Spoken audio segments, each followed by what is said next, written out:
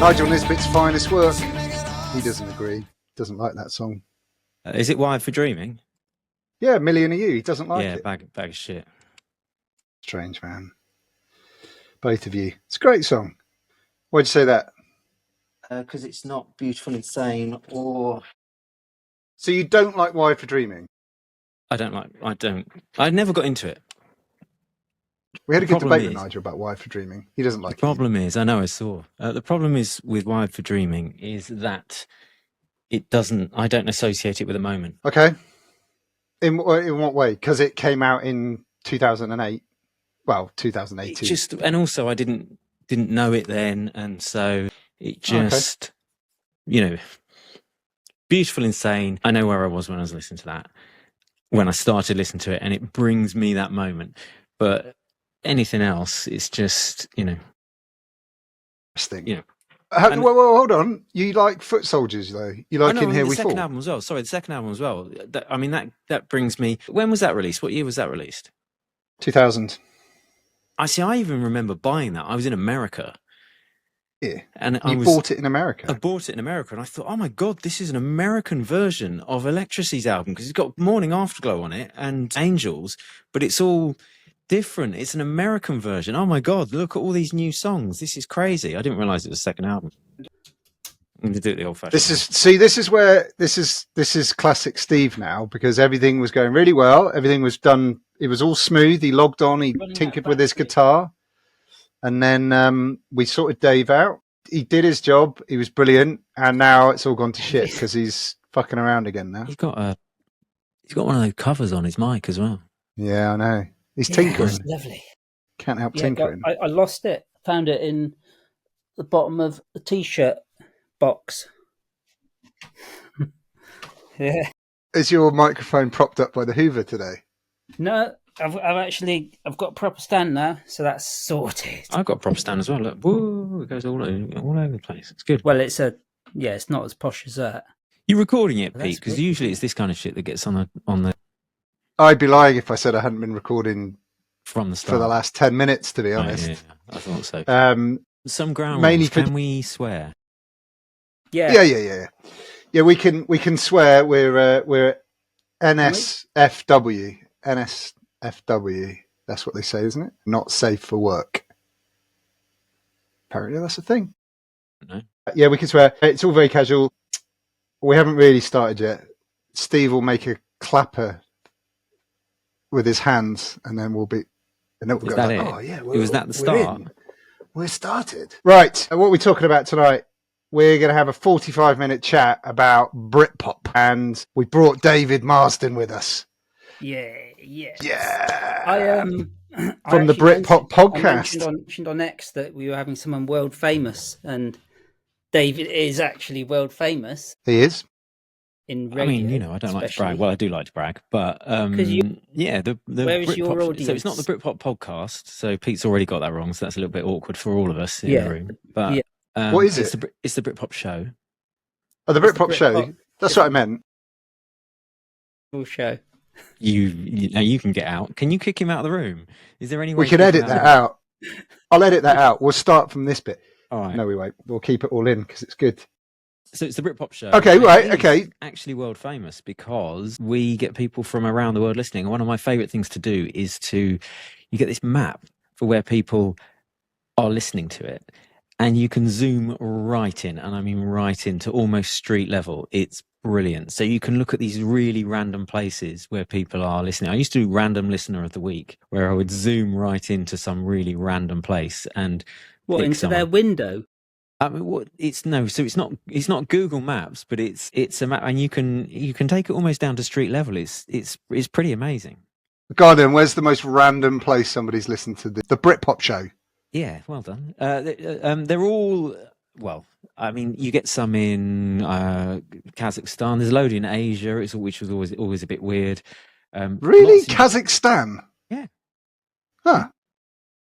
I mean, literally every country you can think of has had listeners of the Britpop Show at some point on the map. It's like it's weird when you go to Russia, for example, and it's literally in the middle of nowhere, and you think, who on earth is listening to the Britpop show there? I doubt they've even got internet. And you're zooming into the Kremlin, and you're like, yeah, I mean, he's listening. It's not Kremlin. I mean, they're probably 8 days from anyone. This is how remote this is. But it's, yeah, right. I love it. Very good. Right. On that note, I'm gonna call some order because it gets chaotic otherwise. We need to have a chat about Britpop. Now, the reason we need to have a chat about Britpop and we need to do it on camera and on the record is because right at the end of this 45 minutes, the three of us are going to have a relatively interesting debate about whether or not Electrasy is Britpop. Right. So just keep that in your brain. And if anybody's listening wants to drop something in the comments, do that as well, because I've ummed and ahed about this one. David, as the de facto expert on the topic of Britpop, what is it? What is Britpop? Yes. It was it was more than just the music. It was a zeitgeist. It was a moment in history, which when you look back on it, it was when nobody was ashamed to be proud to be British. And the music was obviously a massive part of it. There was some amazing bands coming out, and it all started with probably with Suede. Some people say it was Blur, releasing Pop Scene, which I think is a shocking song. But anyway, it became a thing, and everybody became proud of being British, and the music backed it up. And so a scene is nothing if it has no substance, but this really had substance. And as well as Blur and Suede and Pulp, along come Oasis.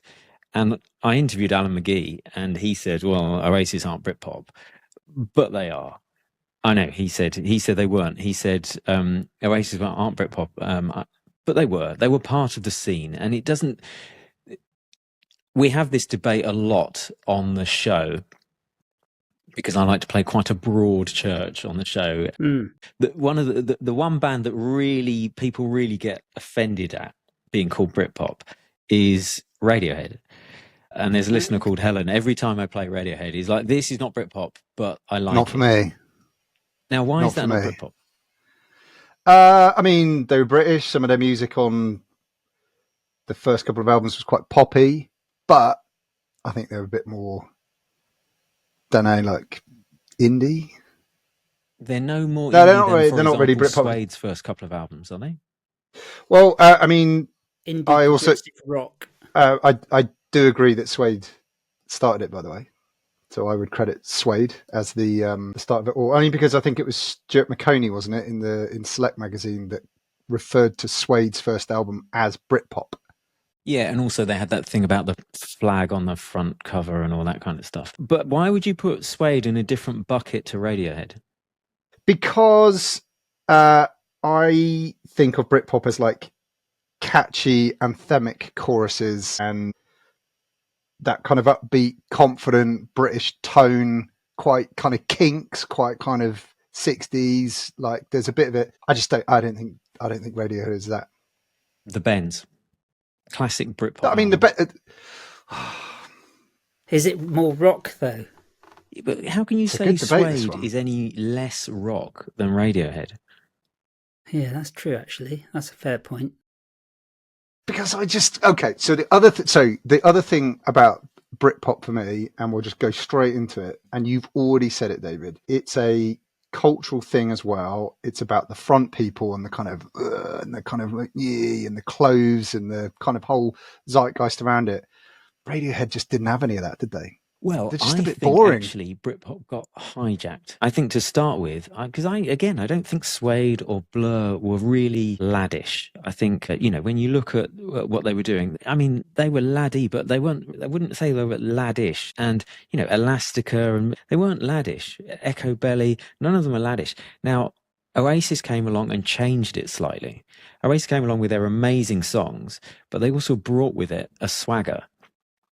And that swagger, around a certain time, everybody just saw the success that Oasis had and decided that the only way to get that success was to have some swagger. And I remember reading an interview with Embrace, who they wanted to be the next Oasis. And So they were feeding lines to the lead singer along the lines of, we've just come out of the studio and we're the best band in the world and blah, blah, blah, because they wanted another Oasis, and it brought that laddishness with it. And in some respects, I think it's that laddishness that almost made it implode, because people got fed up with it being boisterous and something that it wasn't originally. I mean, it only lasted about 5 years, but in those years, it developed into almost like a football crowd, and nobody wanted it anymore. When was that first Suede album then? 93. So 93 was it? So that was around the same time as Dodgy released their debut, I think. Yeah, I don't know. Dodgy's a good shout. Yeah. Were they, because we saw them live a few times, and that must have been 93, so they were probably actually doing stuff in 92. And I know they had something on vinyl. Oh, it was a big vinyl single. Can't remember the name of the song now, but Staying Out for the Summer. See, I think no, this is like the Dodgy album, the very first album. Because they had a residency in Kingston. They had Summer Fair out first, I think, and then the album came out off the back of that. And I mean, Dodgy, well, they're very, very Britpop. You know, if you're gonna label something, you know, that started it, to me. There's essentially four, you know, of the big four, aren't there? Nobody would argue that Suede, Blur, Pulp, and Oasis, other than Alan McGee, were Britpop. People actually say that Elastica should be in there as the fifth one if you go just on the stats. If you're going just on stats, Elastica fall within the big five. I disagree completely, but according to the stats, they should be. But if people agree that Suede record are in sales? there, so, say again. Sorry. What stats? What stats? Record sales. The stats in relation to I think they had a number one, the number of hit singles, the number of sales, that kind of thing. Those stats put them. I've read somewhere that those stats put them in the top five if you do it purely on stats. There's no way they should be. They released one album. There's not. I don't think it should be. But my point being, the difference between Suede and Blur is massive. Especially if you look at Blur around the Park Life era. I mean, the difference between Girls and Boys, which ironically is some form of androgynous chant, and anything that Suede were doing, like Metal Mickey, which ironically they were all into the androgyny. But the difference between those two songs is massive, but everybody still has no hesitation in identifying them as Britpop. Interesting. But for me, that's also what's fascinating about this kind of conversation around it, though, is because actually everyone has a slightly different version of what it means to them. There are online definitions, and it has to be this and it has to be that, but kind of means a little bit to something else. Now, the other conversation that Steve and I have had before is the kind of hometown pride. So, you know, we've spoke at length about the fact that when Britpop kind of popped up, quite a lot of it was sort of backing your town, because you got you know, Oasis from Manchester, and you've got Shed 7 from Leeds, wasn't it? And then you've got York, stuff happening in Manchester and I Bristol. think actually there was a big north-south rivalry. I don't think anybody really thought of it in that way, but I think there was. You had the Londoners, you had Suede and Blur, and then you had the Northerners, which was largely out of Manchester. But you had, York was producing some pretty decent ones as well. Shed 7, I think the Seahorses were from York. It's just, I think there was a big north-south divide. And what was interesting was that Britpop seemed to be available essentially to everybody. It's not just, people talk about Oasis being music for the working classes, but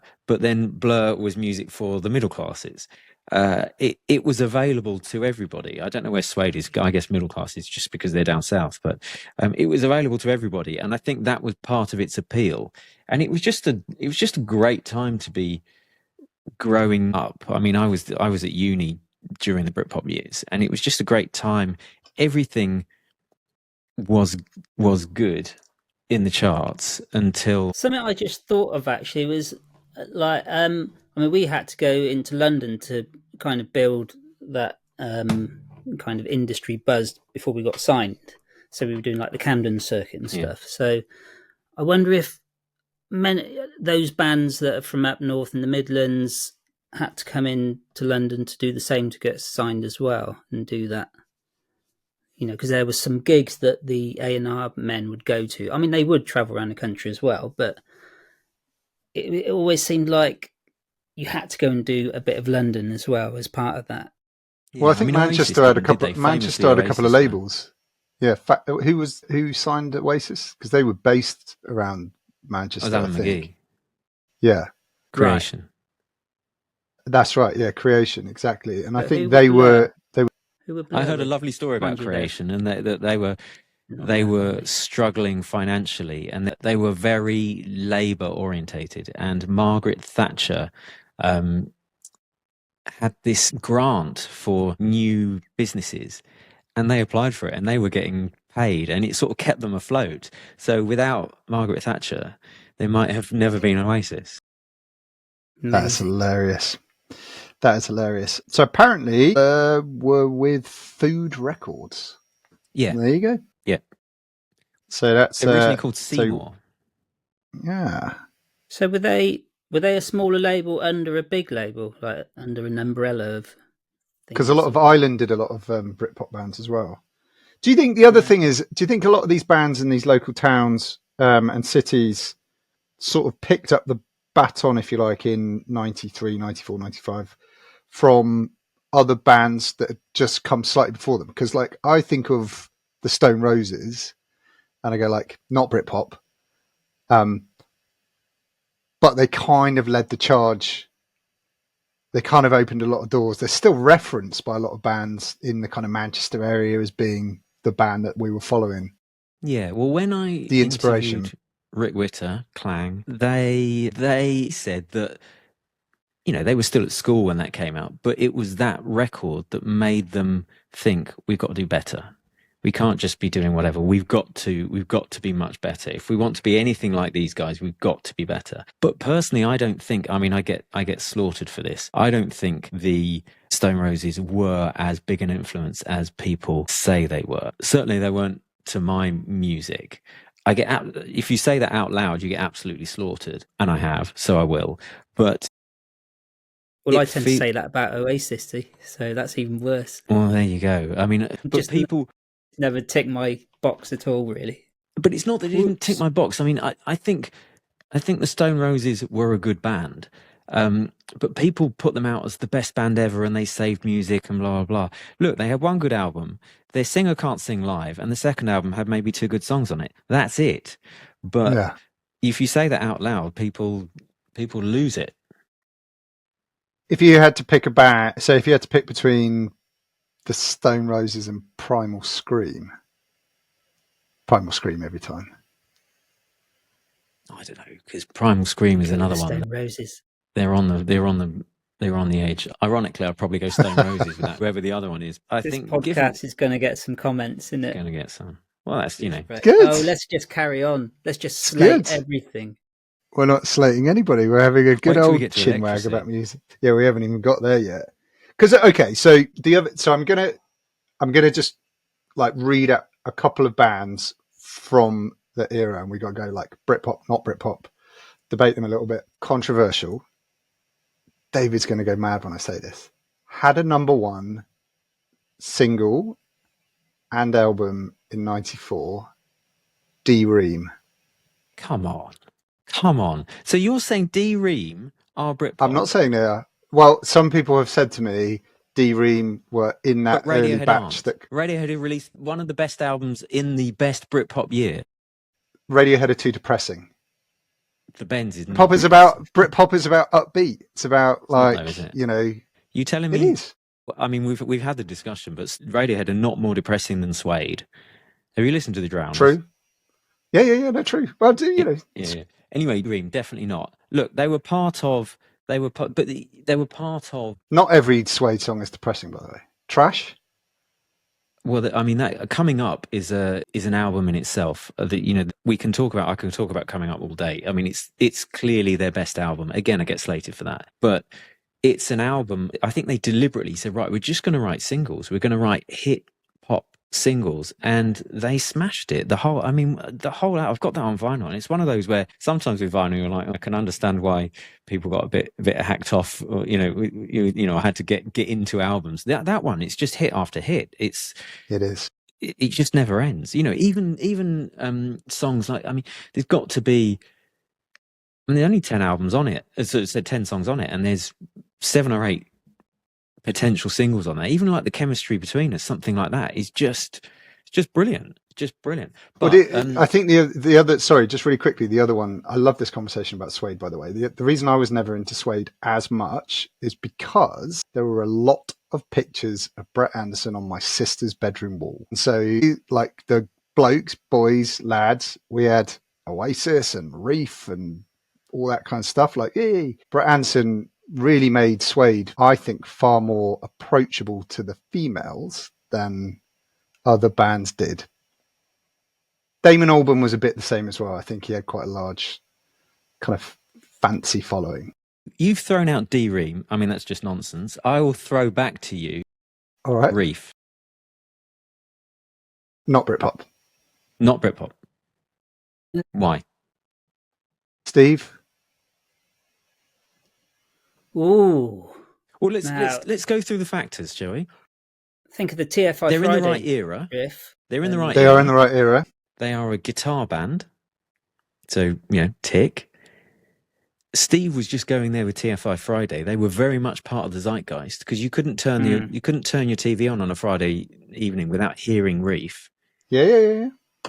But Replenish 1990. Replenish was 95, so they were like bang in the middle there. Although, would Reef have kind of come out of grunge and carried on with grunge? You just got it for me. So I think of it, when I think of Reef, I think long hair, bit surfy, bit, you know, the song There's Naked. rock in it, isn't there? It was, yeah. The song Naked was straight off, even before the album got big. And, you know, the song Naked was on a Sony advert. That's how they broke the UK. Discman, wasn't it? Was it the Discman? Yeah. Or was it mini disc? Yeah, so they're one of the bands that actually kind of bridged all the way through that, didn't they? Yeah. And I think of them as like between genres, you know, from grunge into Britpop. I think of them in the kind of Chili Peppers vein. But Britpop killed grunge. True. I mean, that. It did. I mean, look at what they were doing. Well, The Americans were all over it. And that's part of why Britpop grew up, because the Americans were killing it. And then people Hold were on, like, did you just say the Americans were into Britpop? The Americans weren't into Britpop. No, I'm saying the Americans were, 92, 93. The Americans were killing it in terms of the music industry. Right. They were all over it. You know, you had Nirvana, you had Pearl Jam. They were absolutely crushing it. And people were thinking, well, hang on a sec, we're Britain. We're Beatles. We're Rolling Stones. We're the Kinks. We're, we are music, not the Americans. And so there was a backlash, I think, to that, which sort of helped the movement and therefore killed grunge. So just real quick, I'm not disagreeing with you, by the way, but I'm just going to blitz through. Do you know? So we were looking at not the album chart, because that's a weird anomaly from 94 to 98, which is the bracket that I think I want to talk about. The singles chart is an absolute baffling thing when you go through it all. And again, the reason I mentioned D-Ream, even though we all agree it's not Britpop, whatever, is it kind of was the first number one single from that kind of poppy, rocky type band. It's not till you get to 95, May 95, then Oasis, some might say, hits number one in Terrible May. Song. Really? Oh yeah, I mean, come on. You're so contrary. It's not even a top 20 song for Oasis. Okay, it's great live. August. So then you go forward. It's all pop. Take that. The Out There Brothers, Robson and Jerome, Blur. So then there's the Blur battle. So that's August 95. Country House. 96. Babylon Zoo. Did Roll With It get number one the following week? Nope. That's weird. Never did it. Yeah. Because it's then you got Babylon Zoo at the start of 96. You got again, Alanis in there as well, haven't you? Levi's advert. Don't Look Back in Anger was then again 96. So the next Britpop song to hit the top of the charts, Oasis again. Then you go through a bit of a patch of in '96 of the Prodigy. So the Prodigy burst out, and they've got Firestarter, and they've gone from rave to this kind of like rocky thing. Are they Britpop? No. No. So I'm not. Well, they were part of the scene, Definitely but not really Britpop. Yeah, definitely part of the scene. Then we got Deep Blue Something, Breakfast at Tiffany's, Setting Sun by the Chemical Brothers, The Prodigy again. Well, that includes Blur. Setting Sun. It did, yeah. And again, I wonder whether that was the reason it got in there because of the Noel Gallagher connection. Yeah. Then at the start of '97, Beetlebum by Blur. Again, Chemical Brothers again. May '97, The Seahorses. Yeah. Britpop? I think so. Definitely. Yeah, definitely. Then Oasis again in July '97 with Do You Know What I Mean? And I have to say, I think Be Here Now and New Labour Cool Britannia is probably the end of Britpop, not the Spice Girls. But do you want to talk about the end of Britpop? Yeah, but let me just really quickly finish. Only because this, for me, this whole idea that Britpop was so big, when you look at the charts, actually it was very sporadic, like very sporadic. You got the Verve in September on your chart position. I know. Drugs don't work. Position. All Around the World, Oasis again, Brimful of Asher, not really Britpop maybe. Then the Manics kind of, If You Tolerate This, blah blah blah. It's a really weird thing, like looking through, and the album charts kind of mirror that as well. So let's talk about this. You can't measure success on the album charts or the single charts. Totally get that. But do you think we made more of Britpop in our heads than it actually was?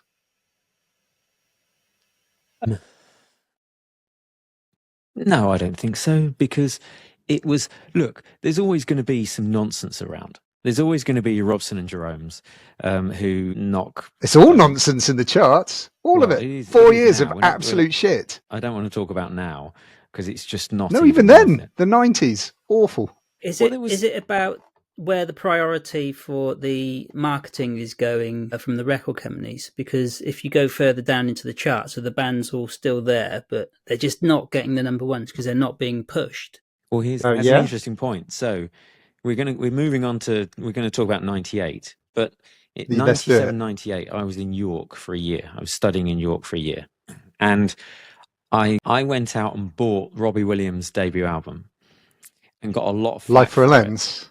Yeah, I got a lot of flack for it because I really liked South of the Border, that song. He'd released it as a single, a bit of an indie vibe to it, and I really liked it.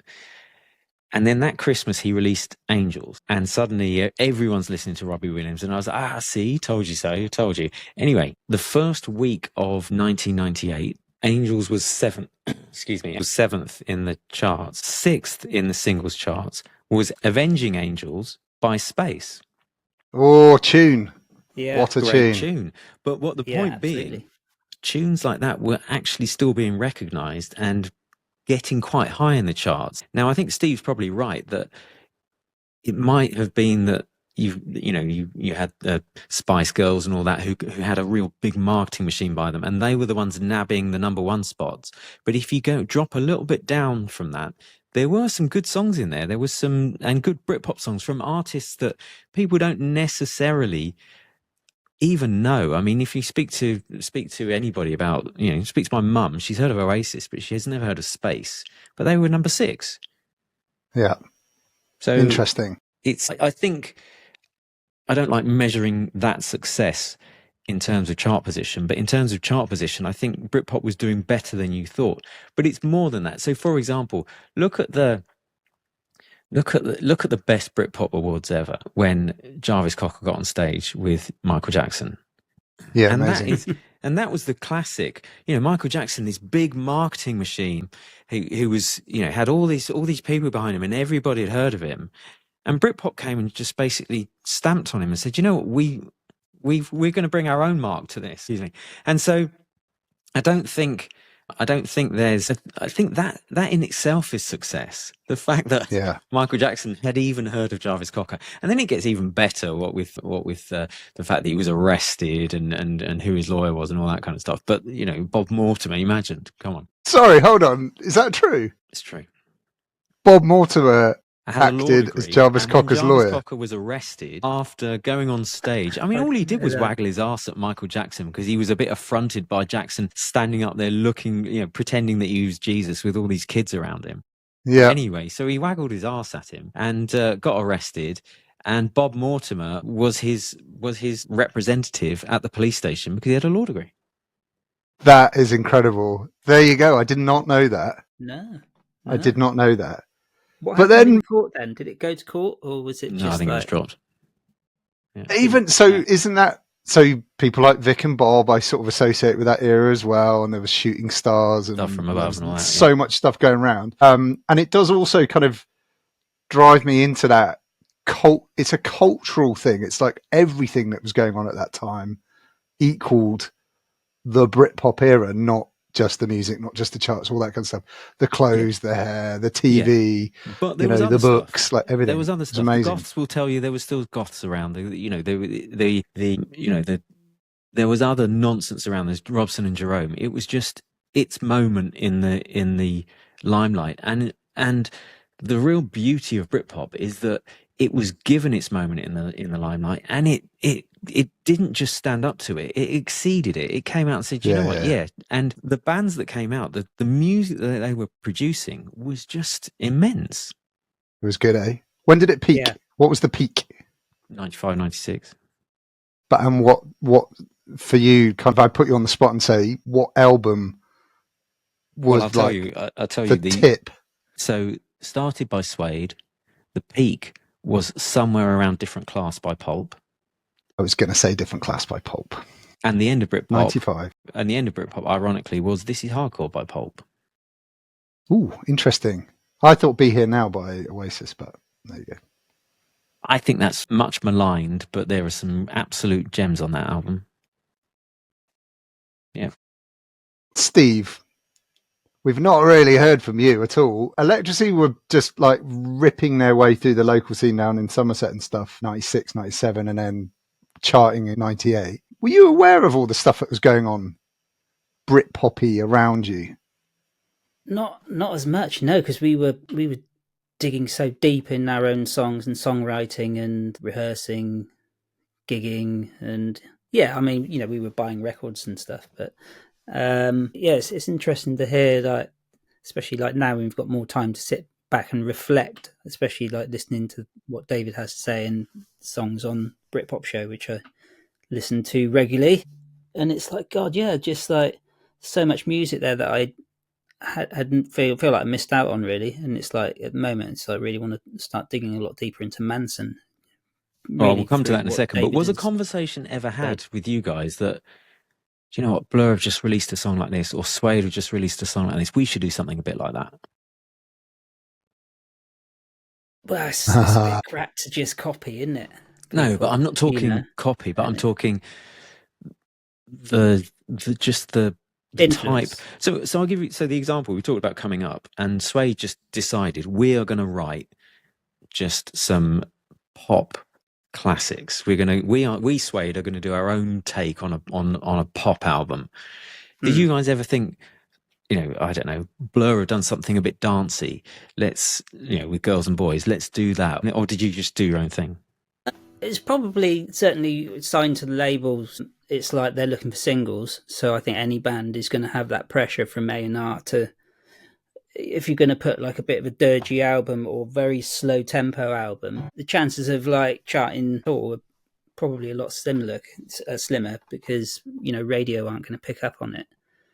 So it's like you're kind of having to, it's not that you want, a whole album of that, but it's like, it's a bit sad, really, isn't it, that you have to sort of conform to what what radio will pick up on. But the scene didn't change you guys. You weren't like, do you know what, we need to do something a bit Britpoppy. No, I don't think so. Hold on, sorry. Let me just interject there. If you listen to that original set of recordings that you did with John, that's a way Britpoppier album than it's actually Beautiful Insane.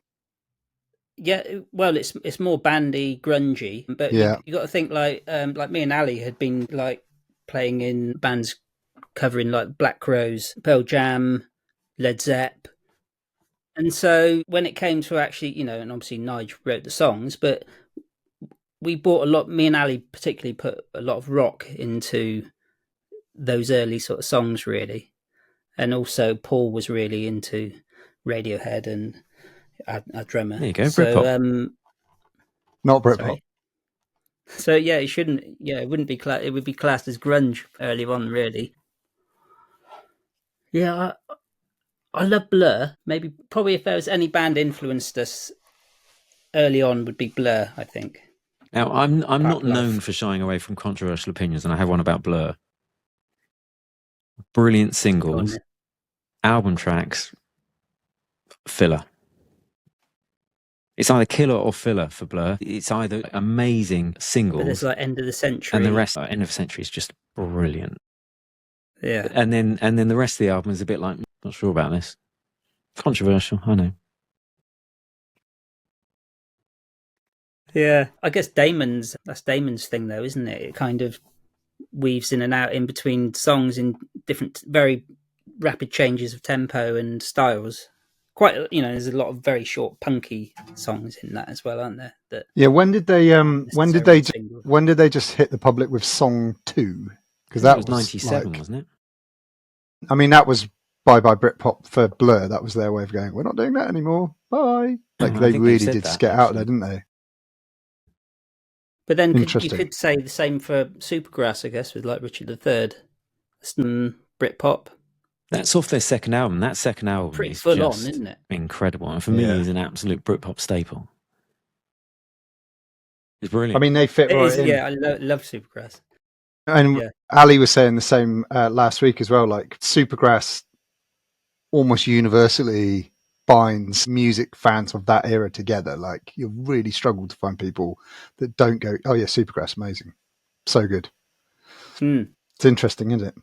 Because I think... And I feel far more Britpoppy than Oasis. Interesting. Well, they had a style as well. They had a bit of a style to them. Yeah, I think that might be right. Yeah. You know about Supergrass, Steven Spielberg wanted to make a series with them, a bit like the Monkees. You know the Monkees in the 60s where they had their own TV show? Steven Spielberg, because he saw them on that bed in the video for All Right and saw it and thought these guys would be good on some sort of cheesy comedy like the Monkees, and they were in talks to do it. That's amazing. Because Keane's an amazing front guy as well, and also very young, younger than you imagine. What was the puppet video they did? Was that jumping on the stereo, wasn't it? Pumping on the stereo. Yeah, but who was it? Shot the video? Because was that actually someone that? Was it Jim Henson? Was it the actual Muppets guy? Jim Henson, right? Yeah, I'm sure it was Jim Henson then. Yeah. So good. Yeah, that could have really boosted if they'd done something with Spielberg, but I guess maybe they just didn't want to sell out at that sort of level. Yeah. In fact, we've probably already covered it. I was going to say you've stole my thunder. We're Electrasy Britpop. Well, I don't think we have covered it. Okay, we're Electrasy Britpop. And I haven't even come up with an answer. Now, first single then. People say the problem with Electrasy, of course, is going by my own rules. Britpop was dead in March '98, and you were September '98 with your first album. So you were 6 months after the death. I mean, some people say it was the death of Diana that is when Britpop ended. I don't think she caused it, but I actually think that Britpop carried on. Just people didn't want to call it Britpop anymore. I think it carried on well into the thousands, and people just didn't want to call it Britpop anymore. It became a dirty word for a long time until there was enough distance on it that people could look back on it with fondness. I think it was that thing we were talking about, the laddishness, and like I said, it became a dirty word. But when you think about it, around 98, 99, 2000, you had Coldplay were coming out, and their first album is, like Coldplay or not, their first album is brilliant. It's a really good guitar album. And then you had Travis, and again, like Travis or not, that Travis's first album is actually very rocky with a lot of sort of Britpoppy style stuff in there. Yeah. You had What was the name of their first album? Was it The Invisible Band? Good Feeling, I think. Good Feeling, yeah. The Invisible Band was the second album. Yeah, and there's a lot on there. Under 16 Girls, Tied to the 90s. You know, there's one on there at the end with a really good guitar solo called Funny Thing, and it just sort of, it's one of those where you just close your eyes and listen to it. It's, you know, great album. So I think, you know, and also you had, what was it, JJ 72? Was that their name? JJ 72. They did October Swimmer. They, you know, and you had those kind of bands early 2000 who were still pumping out the good music. It was just, the problem is, I think the industry had decided that they pulled the plug on it, but they were still there. You know, the bands were still there. So in answer to your question, because I know you think that I've gone away from it, I haven't. Are Electrasy Britpop technically out of the scope, as in dates, but I actually play on the show and think that Britpop went longer. So in terms of are they Britpop, for dates wise, I would say, yeah, I'll give you a tick. Are they a guitar band? And yes, tick.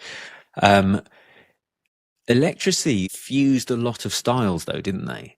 And they would go from dancey stuff to, you know, some pretty hardcore rock stuff to some melodic anthemic stuff. I mean, you look at, classic example, I'm talking still about extending the time. I mean, Embrace was like 98, wasn't it? And people think of them as Britpop. And Gomez were just after Embrace, and that was 98. And people sort of think of Gomez as still. So it did bleed on, and there were some really good bands still around. It's just, you know, unfortunately. So I would be interested. I have made my mind up, but I'd be interested to hear what Steve thinks about whether Electrasy were Britpop before I tell him what I think. Some songs absolutely, definitely, like Lost in Space. Probably the songs, even like Million Pictures on the most recent sort of studio album. Great song. Because it's got Hammond on it, and it's kind of leans towards Charlatans kind of stuff. It's still quite poppy. So yeah, I would say very much Britpop. Notable mention to the Charlatans. The Charlatans Britpop? Yeah. Yeah. Yeah, I would say so. Gotta be. But yeah, it's like some of the songs are completely not at all. Well, only the versions that you did with Robert Miller.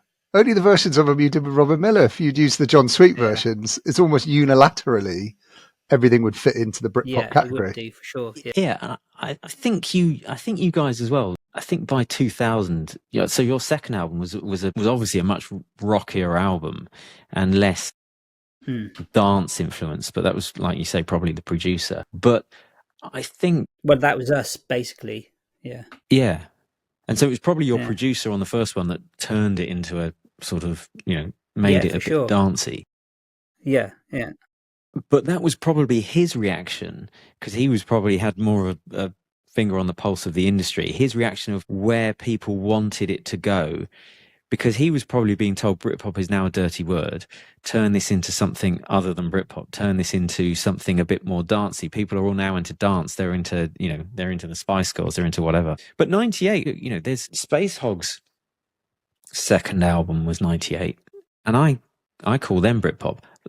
They undoubtedly weren't. And so I think you fall into the category of bands that I call Britpop, which undoubtedly weren't. Like, for example, Embrace, Gomez, Electrasy, Space Hog. They're all sort of on the latter end of it after Pulp had cut its throat, but still would have fallen into it if people didn't think it was such a dirty word, and also hadn't tried to mold you into something slightly different. I think you're absolutely, you know, Britpop should. Well, there were some other. There were also some other bands around that time as well, by the way, which again have some parallels to Electrasy, like Cast, right? So Cast were going, so they had, I think All Change was 95. And then I think they had another album, what's it called? Like Mother Nature Calls or something in 97. And then I think Magic Hour was 99. So that was their third album. and then I think their last album, I can't even remember what it was called. It was like 2001 or something like that. So they went all the way through, and their songs kind of jump around a little bit, and they go. So there are a lot more bands that went all the way through who don't generally get associated into that Britpop conversation as well. Yeah, well, look, 98. What was the Blue Tones' second album was 98, and that's, the Blue Tones are quintessentially Britpop, aren't they? I mean, you can't, they definitely are Britpop. The second album had a very Mexican theme to it, but maybe that was them being pushed away from Britpop. Manson, when was their second album? Was that 98 or was that 97? It was probably 98. And so 6. So, that again, the first album, I think, of Manson is, like it or not, Manson wouldn't like it, very Britpop-y. But then the second album was a complete change from that. It was a concept album that it felt a little bit like you were listening to Manson radio and you kept changing the channel and there was another Manson song on, but it was a different one. And it's a great album. But you guys, so I mean, Steve, you were aware of that? You must have been aware of these guys around you at that point. Oh, for sure. Yeah. And we were listening to, albums that were coming out then as well. Not Manson, actually. I think I can remember someone saying there was a song that Ali had sung that sounded just like Manson, and that's why they loved it. I can't remember which song it was. I have to look that up. But yeah, like Super Furry Animals, I think we all loved them, and that was what, 2000? Around that time, yeah. Where they had and that's it's pretty psychedelic, really, isn't it? Yeah, I mean, Super Furry Animals are very difficult to put in any form of box because their record. But then, like Rings Around the World, that would be quite a Britpoppy song, probably. It's a great album. Yeah. So, Stereophonics. You see, Stereophonics are another one that fall into this category of very late 90s, after Britpop had died. But if people hadn't said Britpop had died, would absolutely fall within the Britpop category. So what was their first album? 98 or 97, I think, actually. I remember listening to it on one of those HMV listening posts. You remember you could go in and you listen to it, and I just listened to the first 10 seconds of the first 3 songs and I was like, I'm having this album. But it was very Britpoppy, very Britpop.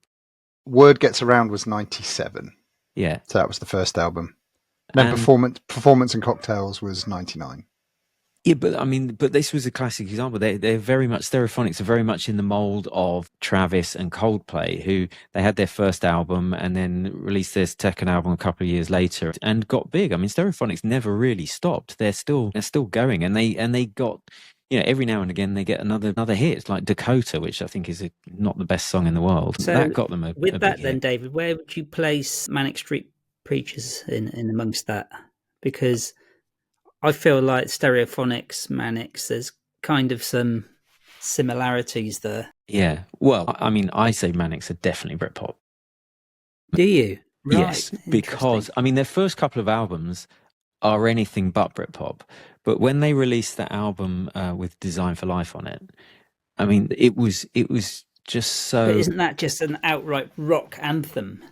Just the whole album is just brilliantly Britpop, and everybody was listening to it. And it's, I know that doesn't make it Britpop at the time because everybody was listening to the Spice Girls in '98, and but it's I would put them in there. It is funny because I remember, what's he called? Alex James, the bass player on Blur, said something like, I've heard him say every time the word Britpop is mentioned, a little bit of his soul dies.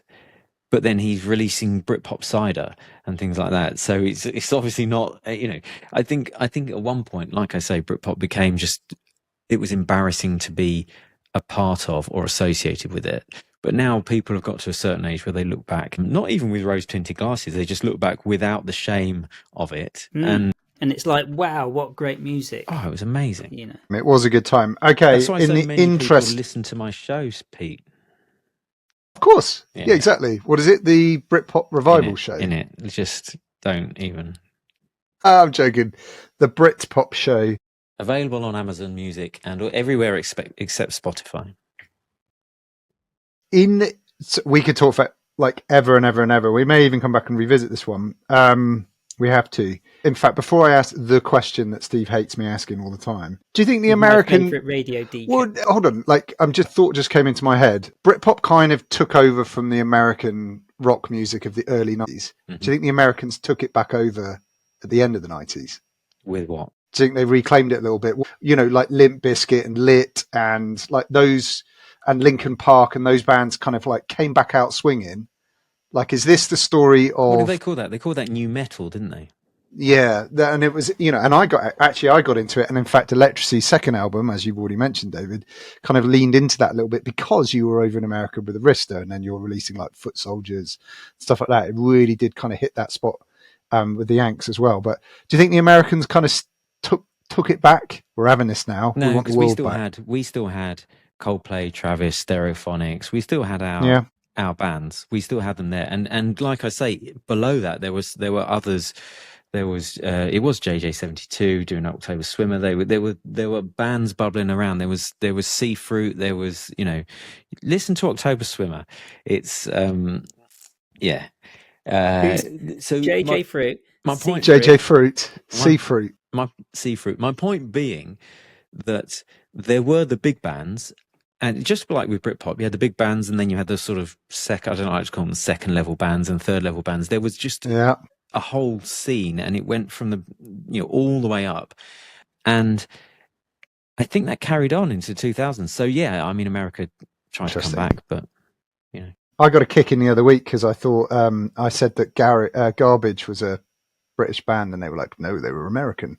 It's only Shirley Manson. Well, hang on a sec. Shirley Manson was Scottish. She's Scottish, isn't she? She's Scottish, but the rest of the band are American. Well, Butch Vig didn't. So Butch Vig was in Garbage, and wasn't he the guy who produced "Smells Like Teen Spirit"? Yeah. And again, I also thought Skunk Anansie, but they were like, no. That's like heavy metal grunge type music. Okay, David. Skin is English, right? She is, yeah. But not classified in there. David, favorite Britpop song between 1998. Now I saw you. Look at Steve's face. Steve is shitting himself already, and he's got 2 minutes to think about it. I saw you ask Steve a question once. Go on, David. Do it. Your favorite Britpop song? Well, I haven't thought about this. I probably should have. When I asked this question You literally own the topic. Yeah, but it's like saying, you know, what's your favourite food? Because there's so much variety. Go on. But when I asked Ben Otterwell, he said, what's your parameters? You know, 90s guitar music. And so he went for Paranoid Android by Radiohead as the best Britpop song. I am going to go with, I think it's going to have to be something by the Blue Tones. And I am going to go with Sleazy Bed Track by the Blue Tones. Nice. Steve Atkins. Hello. Favorite Britpop song of that particular era? Go on. I'm going to go Supergrass because I'm going to see them soon. Okay, which song? I've always wanted to see them. Caught by the Fuzz or Redeemed Himself. Yeah. God, there's so many good songs. So many. Actually, I like Road to Ruin as well. Yeah. Great choices. There you go. Redeemed. But yeah, caught by the Fuzz. Yeah. I always find that one quite funny because he sort of sings it in a Mockney accent, doesn't he? Yeah. It's the lyric. It's like the story in the song is. That's what I love as well, with the energy of it. Talking of stories, the best.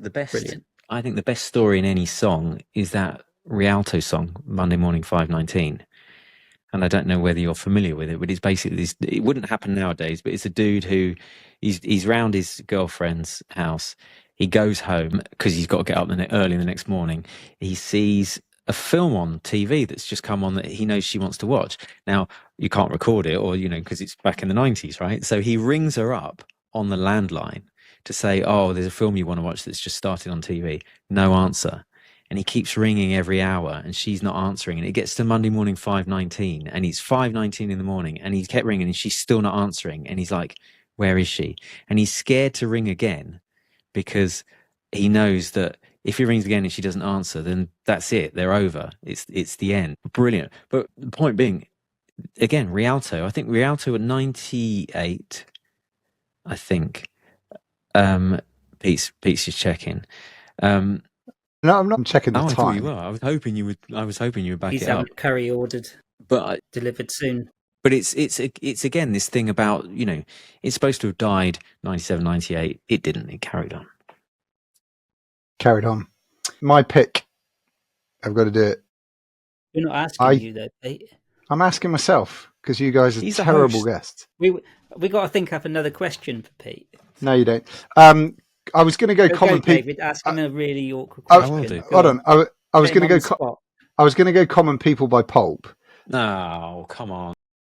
But it's too obvious. So I think something changed off the same album, because that album again is a bit like the Suede one where you could pick anything off there. The other one on that album that I think is just like so interesting for that era is Feeling Called Love. Like, that's a very dark song, but it's a great tune. Yeah, great I'm not a fan of that one, but something changed. I mean, Bar Italia on the end of that is a hidden, you know, people don't talk about it enough. It's a great song. Again, a story about some guy who's basically gone clubbing and come back and he can't go to bed yet because he's still high on whatever he's taken for clubbing. The other reason I instantly locked on to Common People is not because it's the best song on the album, or in fact the best song of that era, but it defines that era so brilliantly. Yeah, because but I mean, that's why that album, when you said the peak, that's why I went for that album, because even if you took out Common People and Disco 2000, which are both just, you know, defining songs of that era, you've still got an absolutely brilliant album, even if you took those two out.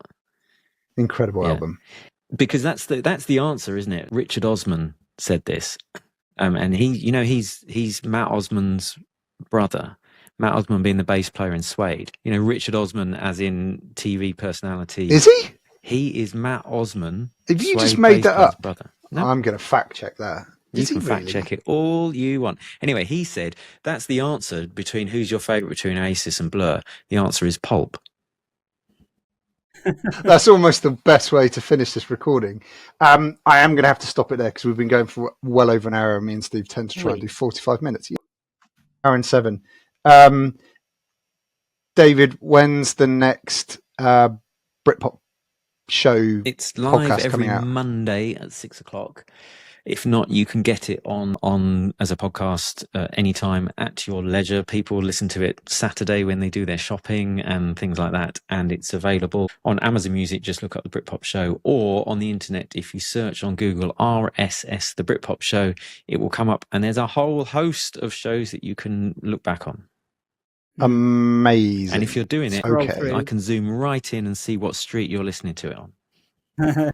So anyway, say hello to Vladimir for us. We will. Right, chaps. Lovely Thank you conversation. very much. It's been a pleasure. Thanks Peter, for the chat. You've been hosting Nice brilliantly. Thank you so much. And Steve, thank you for the music. You should write that down. You could get a lyric out of that. Thanks for the music, Steve. He's never said that, has he? Pete's never said that to you, has he? Thanks. Thank you for the music. He's never said it. To Steve? Yeah. I've said it to Nigel. Thanks for nothing, Pete. Just... Unbelievable. You always say thank you to Steve. Anyway. Bye. Don't you? Thanks, Steve. Bye. On that note. Cheers, Bye. David. Love to see you. Bye. Bye. Thanks, guys.